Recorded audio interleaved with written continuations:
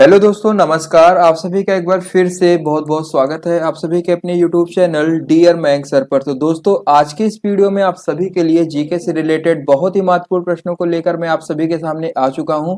तो आप सभी लोगों से रिक्वेस्ट है कि यदि चैनल पर नए हैं तो सबसे पहले चैनल को सब्सक्राइब कर लें, जिससे कि आने वाले क्लास के नोटिफिकेशन आप सभी को आसानी से मिल जाया करें। तो चलिए दोस्तों, आज की इस क्लास को हम लोग स्टार्ट करते हैं। सभी लोग ध्यान से देखिए, आपसे यहाँ पर पहला प्रश्न क्या पूछा जा रहा है। 71 नंबर प्रश्न, सभी लोग ध्यान दीजिए, बहुत ही इंपॉर्टेंट है। तो जितने भी लोग चैनल पर नए हैं, एक बार चैनल को सब्सक्राइब जरूर कर दें, ठीक है। तो चलिए स्टार्ट करते हैं आज की इस क्लास को। तो यहाँ पर आपको बताना है कि समान रूप से सीधी सड़क पर स्थित गति से दौड़ने वाली कार के संदर्भ में निम्नलिखित में से कौन सा कथन है आपका यहाँ पर सत्य हो जाएगा। तो सभी लोग बताने का प्रयास कीजिए, बहुत ही इंपॉर्टेंट प्रश्न है। तो दोस्तों, यहाँ पर जितने भी लोगों ने बताया है कि कार का वेग निरंतर परिवर्तित हो रहा है, ये वाला ऑप्शन आपका यहाँ पर बिल्कुल करेक्ट हो जाएगा।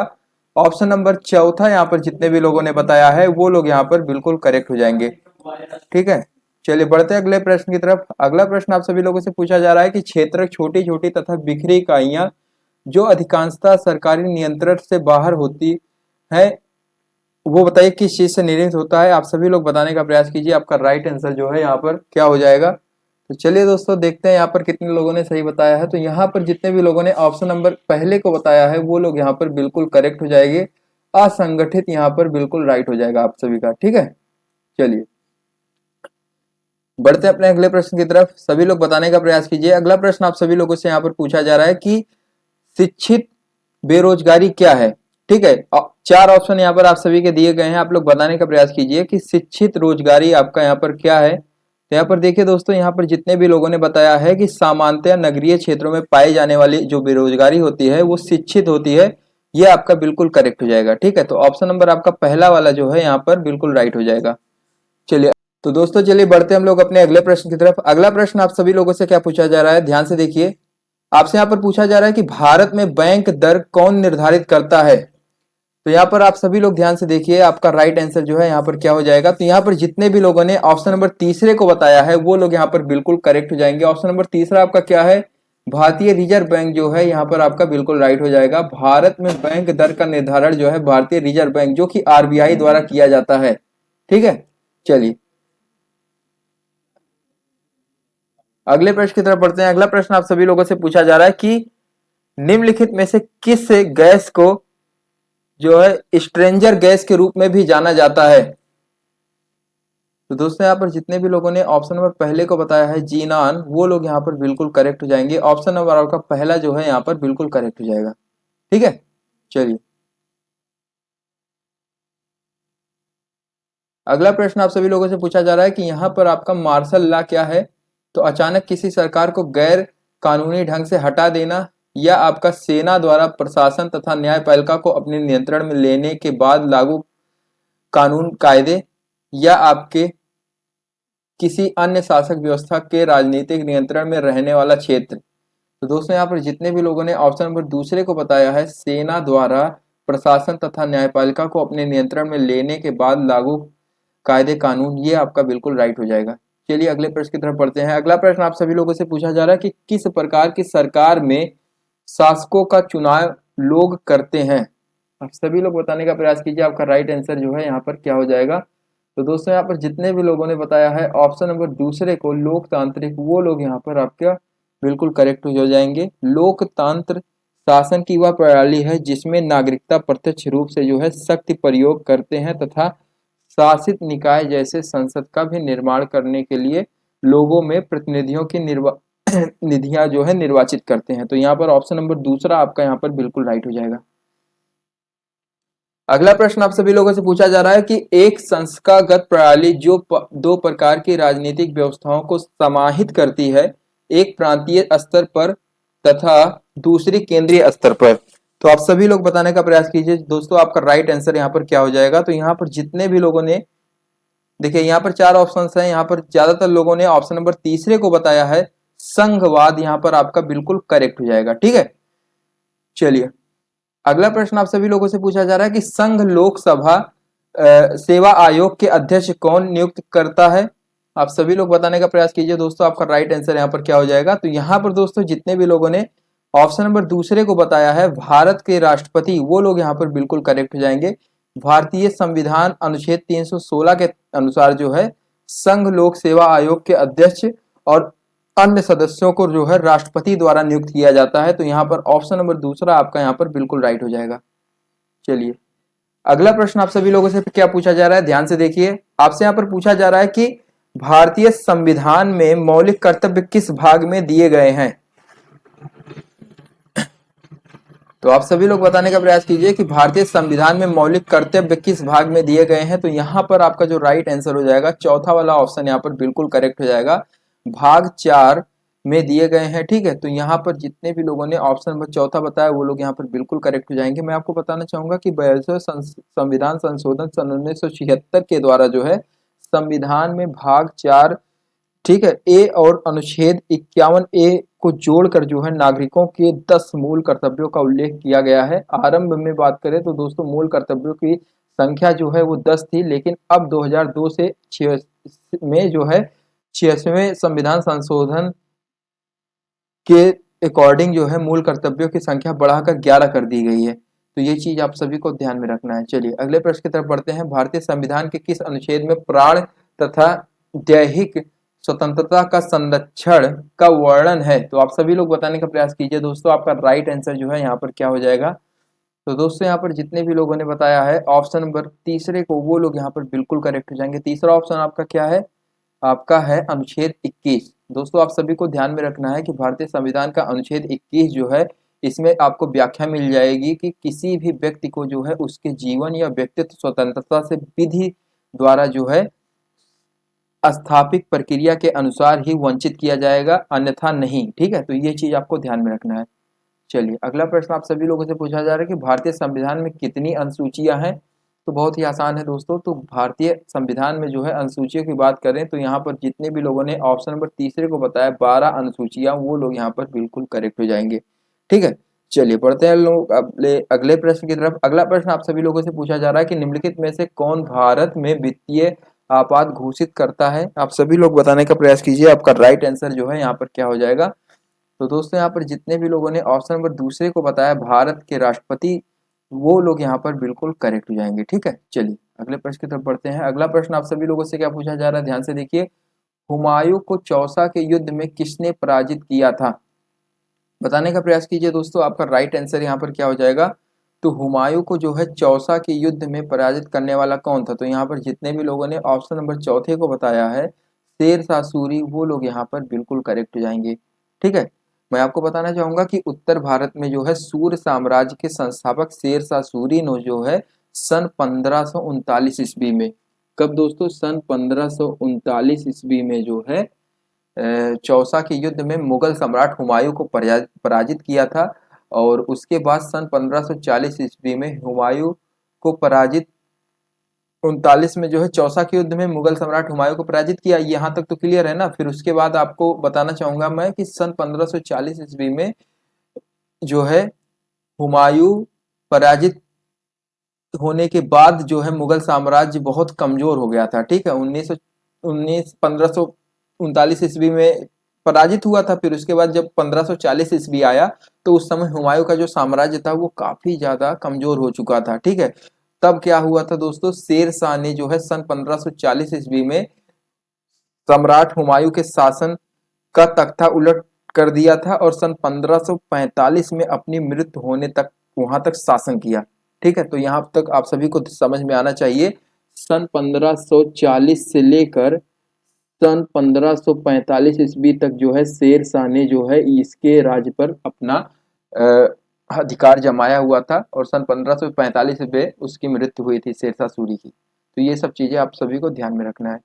चलिए अगला प्रश्न आपसे पूछा जा रहा है कि सिराज उद दौला ने किस शहर का जो है अलीगढ़ में परिवर्तन किया था। किस शहर का नाम अलीगढ़ में परिवर्तित किया था। तो दोस्तों यहाँ पर मैं आपको बताना चाहूंगा, बहुत ही इंपॉर्टेंट है। तो सिराजुद्दौला ने जो है सन 1756 ईस्वी में ब्रिटिश शासन से फोर्ट विलियम जीतने के बाद जो है कलकत्ता का नाम बदल कर क्या रख दिया था, अलीगढ़ रख दिया था। इसके उसने इस नाम का चयन अपने दादा अली वर्दी खां के नाम से किया था। ठीक है, लेकिन प्रेजेंट टाइम पे इस समय आप जो जानते हैं कलकत्ता का नाम कलकत्ता ही है, तो ये चीज़ आपको ध्यान में रखना है। तो ऑप्शन नंबर आपका जो पहला वाला है बिल्कुल करेक्ट हो जाएगा दोस्तों। पहला वाला ऑप्शन लगभग लगभग सभी लोगों ने सही बताया है। ऑप्शन नंबर पहला आपका यहाँ पर बिल्कुल राइट है। चलिए, नमक सत्याग्रह की शुरुआत किस वर्ष हुई थी? तो दोस्तों नमक सत्याग्रह की शुरुआत हुई थी सन 1930 ईस्वी में, और 12 मार्च, ये भी आप डेट याद रखिए। चलिए, अगला प्रश्न है, बांग्लादेश के राष्ट्रगान अमार सोनार बांग्ला, ठीक है, अमार सोनार बांग्ला की रचना किसके द्वारा की गई थी? तो दोस्तों यहाँ पर आपका जो राइट आंसर हो जाएगा, रविन्द्रनाथ टैगोर ने ही ऐसा जो है बांग्लादेश का राष्ट्रगान जो है लिखा है। वो भी एक भारतीय हैं, और उन्होंने जो है राष्ट्रगान कहाँ का लिखा है? बांग्लादेश का भी राष्ट्रगान इन्होंने ही लिखा है। रविन्द्रनाथ टैगोर ने जो है अमार सोनार बांग्ला की रचना की। तो ये चीज आपको ध्यान में रखना है, ठीक है। और बंगाल माता के लिए जो है ये गीत संबोधित किया है उन्होंने। और सन 1905 ईस्वी में जो है आपको पता होना चाहिए कि रविन्द्रनाथ टैगोर ने ये गीत लिखा। और यह गीत जो है बंगाल की प्रथम विभाजन के दौरान सन 1905 ईस्वी में लिखा गया। और जब ब्रिटिश साम्राज्य ने जो है अविभाजित बंगाल प्रेसिडेंट प्रांत को दो भागों में विभाजित किया, तब जो है गीत प्रथम 10 पंक्तियों में बांग्लादेश के राष्ट्रीय गान के रूप में स्वीकृत किया गया। तो ये चीजें आपको ध्यान में रखना है। चलिए, अगला प्रश्न आपसे पूछा जा रहा है कि किसे मैसूर का शेर के नाम से भी जाना जाता है? आप सभी लोग बताने का प्रयास कीजिए, आपका राइट आंसर यहाँ पर क्या हो जाएगा? तो किसे मैसूर का शेर के नाम से जाना जाता है? तो यहाँ पर आपका जो राइट आंसर हो जाएगा ऑप्शन नंबर आपका दूसरा वाला, टीपू सुल्तान को किस नाम से जाना जाता है? मैसूर का शेर इस नाम से जाना जाता है। चलिए दोस्तों, अगले प्रश्न की तरफ बढ़ते हैं। अगला प्रश्न आप सभी लोगों से पूछा जा रहा है कि राष्ट्रीय जलमार्ग किस जल प्रणाली पर है? तो दोस्तों यहाँ पर आपका जो राइट आंसर हो जाएगा वो है ऑप्शन नंबर आपका दूसरा वाला, ब्रह्मपुत्र नदी। ठीक है, राष्ट्रीय जलमार्ग 2 किस जल प्रणाली पर है? तो ब्रह्मपुत्र नदी पर है। चलिए, अगला प्रश्न आपसे पूछा जा रहा है, बनारस किस नदी के तट पर स्थित है? बहुत ही आसान प्रश्न है दोस्तों। तो वाराणसी जो है उत्तर प्रदेश में है, जो कि गंगा नदी के तट पर स्थित एक शहर है, ठीक है, जिसे बनारस के रूप में भी जाना जाता है। आप सभी को यहाँ पर ध्यान में रखना है। प्रयागराज भी प्रयागराज जो है इलाहाबाद का नाम इस समय हो चुका है, ठीक है, इलाहाबाद का नाम चेंज करके प्रयागराज कर दिया गया है। और वाराणसी पहले इस नाम से जाना जा बनारस को पहले वाराणसी के नाम से जाना जाता था। प्रेजेंट टाइम पे ज्यादातर वाराणसी ही बताया जाता है, ठीक है। वाराणसी और बनारस ये दोनों सेम ही हैं। तो आपका जो यहाँ पर राइट आंसर हो जाएगा ऑप्शन नंबर पहला वाला, गंगा नदी। और भारत की सबसे विशालतम नदी है गंगा, तो आप सभी को ये चीज ध्यान में रखना है। और वाराणसी जो है भारत की एक प्रमुख धार्मिक केंद्र है, जहाँ पर विदेशियों की संख्या बहुत अधिक मात्रा में पर्यटक स्थल के रूप में होती है, मतलब पर्यटकों के रूप में विदेशी लोग यहाँ पर बहुत आते हैं, ठीक है। और यह जो है हिंदू धर्म और जैन धर्म के 7 पवित्र शहरों सप्तपुरी के नाम से भी जाना जाता है। और मैं आपको बताना चाहूंगा कि यह उत्तर प्रदेश के 72 जिलों में से एक है। चलिए, उत्तर प्रदेश में टोटल कितने जिले हैं? 72 जिले हैं। एक प्रश्न आपका यहाँ पर बन गया, उसका आंसर क्या होगा? 72 जिले हैं। चलिए, निम्नलिखित में से कौन सी पर्वत श्रृंखला रूस में स्थित है? रॉकी, एंडीज, हिमालय या यूराल? तो यहाँ पर सबसे पहले कट कर दीजिए हिमालय को, क्योंकि हिमालय आपका नेपाल में है। रॉकी, एंडीज, यूराल, आप सभी लोग बताइए कि यहाँ पर इन तीनों में से आपका कौन सा रूस में स्थित है? तो यूराल पर्वत जो है ये आपका बिल्कुल करेक्ट हो जाएगा, ठीक है, जो पश्चिम रूस के पार उत्तर से दक्षिण तक जो है महासागर तट से यूराल नदी और उत्तर पश्चिम में कजाकिस्तान तक फैली हुई है। तो यूराल आपका यहाँ पर बिल्कुल करेक्ट हो जाएगा। चलिए, अगला प्रश्न है, चंद्र ग्रहण के समय निम्नलिखित में से कौन मध्य में रहता है? पृथ्वी, चंद्रमा, सूर्य या कोई अन्य ग्रह? तो दोस्तों यहाँ पर आपका जो राइट आंसर हो जाएगा ऑप्शन नंबर आपका पहला वाला, ठीक है। चंद्र ग्रहण के समय जो है चंद्रमा प्रत्यक्ष रूप से पृथ्वी के पीछे अपनी परछाया जो है, छाया, परछाया कुछ भी आप कह सकते हैं, ठीक है, होकर गुजरता है। यह केवल तभी घटित होता है जब सूर्य, पृथ्वी और चंद्रमा एक ही पंक्ति में हो, ठीक है। जब सूर्य जो है, सूर्य, पृथ्वी, मान लीजिए ये सूर्य है, ठीक है, सूर्य, पृथ्वी और चंद्रमा जब एक ही पंक्ति में ऐसे होते हैं, देखो एक ही पंक्ति मतलब ऐसे एक ही रो में होते हैं, तो इसे हम लोग कहते हैं चंद्र ग्रहण का समय। ठीक है, तो आपको मैं बताना चाहूंगा कि चंद्र ग्रहण के समय जो है कौन मध्य में रहता है। तो मैं आपको बताना चाहूंगा कि चंद्र ग्रहण के समय आपका पृथ्वी जो है मध्य में रहता है। तो माफ करिएगा, ये बीच वाला आप पृथ्वी समझिए। ठीक है, ये पृथ्वी है, ये सूर्य है, ये चंद्रमा है। तो इस समय पृथ्वी जो है मध्य में रहता है सूर्य और चंद्रमा के। ठीक है, तो ये चीज आपको ध्यान में रखना है, चंद्र ग्रहण के समय ऐसा होता है। बाकी टाइम तो सेम सेम रहता है, मतलब पृथ्वी सूर्य और चंद्रमा, लेकिन चंद्र ग्रहण के समय जो है पृथ्वी जो है आपका यहाँ कन्वर्ट हो जाता है बीच में आके। ठीक है, चलिए, निम्नलिखित में से कौन एक महासागरीय धारा नहीं है। तो दोस्तों यहाँ पर आप सभी लोग बताने का प्रयास कीजिए, आपका राइट आंसर यहाँ पर क्या हो जाएगा। तो यहाँ पर जितने भी लोगों ने बताया है जेट स्ट्रीम, वो लोग यहाँ पर बिल्कुल करेक्ट हो जाएंगे। दोस्तों अगला प्रश्न आप सभी लोगों से क्या पूछा जा रहा है, ध्यान से देखिए, आप सभी लोग देखिए और बताने का प्रयास कीजिए कि निम्नलिखित में से कौन सा पादप रोग है। आप सभी लोग बताने का प्रयास कीजिए, यहाँ पर आपका राइट आंसर क्या हो जाएगा। तो यहाँ पर जितने भी लोगों ने बताया है ऑप्शन नंबर पहले को, वो लोग यहाँ पर बिल्कुल करेक्ट हो जाएंगे। पहला वाला ऑप्शन क्या है, नीबी। ठीक है, नींबू यहाँ पर साइट्रस कैंसर, ये आपका बिल्कुल करेक्ट हो जाएगा। ये जो है पादप रोग की श्रेणी में आता है। तो यहाँ पर केवल पहला वाला जो है ऑप्शन आपका सही हो जाएगा। चलिए हम लोग बढ़ते हैं अपने अगले प्रश्न की तरफ, जो कि आज की इस क्लास का लास्ट प्रश्न है। आप सभी लोग दोस्तों बताने का प्रयास कीजिए कि पोषकों के अलावा हमारे शरीर को जो है जल की आवश्यकता होती है।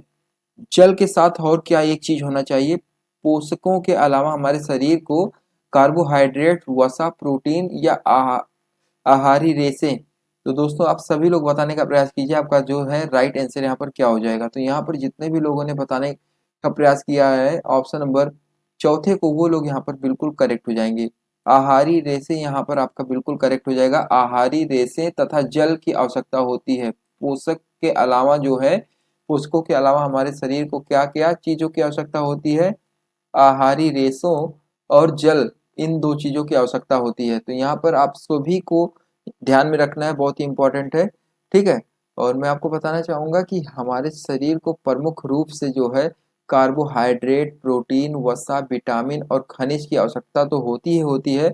इसके अलावा जो है, जो भोजन हम खाते हैं उसमें रेशे और जल की भी उचित मात्रा होनी चाहिए। ये बहुत ही इंपॉर्टेंट है। ठीक है, क्योंकि हमारे शरीर को इनकी भी आवश्यकता होती है। स्वस्थ रहने के लिए हमें पोषक तत्वों की मात्रा वाला ही भोजन करना चाहिए। तो आप सभी को ये चीज ध्यान में रखना है, बहुत ही इंपॉर्टेंट है। और मैदे का यूज बहुत कम करना है, मतलब ना के बराबर करिए अगर हो सके तो यहाँ पर आपका जो राइट आंसर हो जाएगा चौथा वाला, यहाँ पर बिल्कुल करेक्ट हो जाएगा। रेशेदार से मतलब ये है कि हम जो भी आहार करें वो कुछ दानेदार, बहुत चिकनाहट ना हो। जैसे मैदा हो गया, इसमें सब में बहुत ज्यादा चिकनापन रहता है जो कि आपके आंतों में जाकर चिपकता है। इसीलिए मक्के की रोटियां ये सब बहुत ही फायदेमंद होती हैं, जो कि अब शायद प्रचलन में नहीं है, लेकिन जहाँ तक हो सके आप लोग आटे से बनी चीज़ों को खाएं, मैदे से बनी चीज़ों को नकारें। चलिए, इसी के साथ दोस्तों आज की ये क्लास आप सबकी यहीं पर समाप्त होती है। और आप सभी को आज की ये क्लास कैसी लगी कमेंट करके जरूर बताएं। और जितने भी लोग चैनल पर नए हैं, चैनल को सब्सक्राइब कर लें। डियर मैंग सर चैनल का नाम है। जितने भी लोग नए हैं चैनल को सब्सक्राइब करें, ज़्यादा से ज़्यादा लोगों तक शेयर करें, जिससे कि और भी लोग जुड़ सकें। ठीक है, धन्यवाद, जय हिंद, जय भारत।